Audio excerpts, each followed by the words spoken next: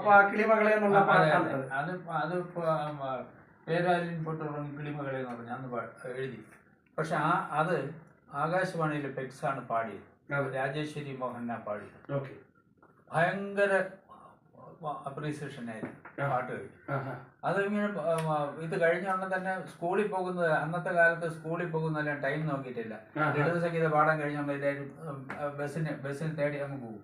കാരണം ആ ടൈമുണ്ട്. അതിനകത്ത് പോയി ബസ് കയറി എല്ലാവരും ഓരോരുത്തർ ജോലി പഠിക്കാൻ പോകുന്നവരൊക്കെ അങ്ങ് പോകും. അപ്പൊ ഈ ലെസൺ കേൾക്കുന്നത് ഒരു കാലമായിരുന്നു.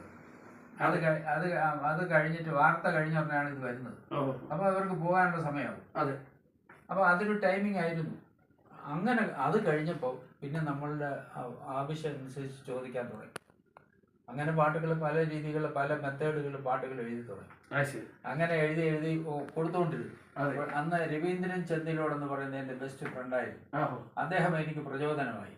അദ്ദേഹം പറഞ്ഞു എഴുതിക്കൊണ്ടിരിക്കണം, ഇവിടെ വന്നിട്ട് തന്നാൽ മതി, അതിൽ സെലക്ട് ചെയ്ത് എടുത്തോളാം എന്ന് പറഞ്ഞു. അങ്ങനെ അവരുടെ പ്രചോദനവും കൂടെ ഭയങ്കര നമുക്ക് എഴുതാനുള്ള ഇത് വന്നു. അത് കഴിഞ്ഞ് വന്നപ്പോൾ ഈ എല്ലാം എഴുതി വന്നപ്പോൾ ഈ ലൈറ്റ് മ്യൂസിക് മാത്രം ചെയ്തിട്ട് കാര്യമില്ല എന്നെനിക്ക് തോന്നി.